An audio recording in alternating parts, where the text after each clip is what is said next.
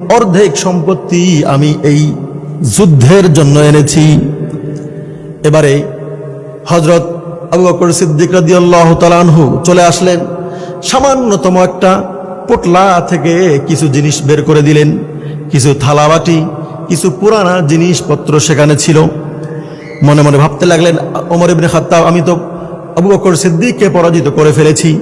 এবারে আল্লাহর নবী আবু বকর সিদ্দিককে ডাক দিয়ে বলে, হে আবু বকর, তুমি বাসার মধ্যে কি রেখে এসেছো? আবু বকর সিদ্দিক রাদিয়াল্লাহু তাআলা তার নবীকে ডাক দিয়ে বলে, হাবিব, আমি বাড়ির মধ্যে শুধুমাত্র আল্লাহ রব্বুল আলামিন এবং আমি আপনার ভালোবাসাকে বাড়িতে রেখে এসেছি। এটা দেখার পরে হযরত ওমর ইবনে খাত্তাব রাদিয়াল্লাহু তাআলা আনহু ভাবতে লাগলেন, দান করার ক্ষেত্রে আবু বকর সিদ্দিককে কখনো পরাজিত করা সম্ভব নয়।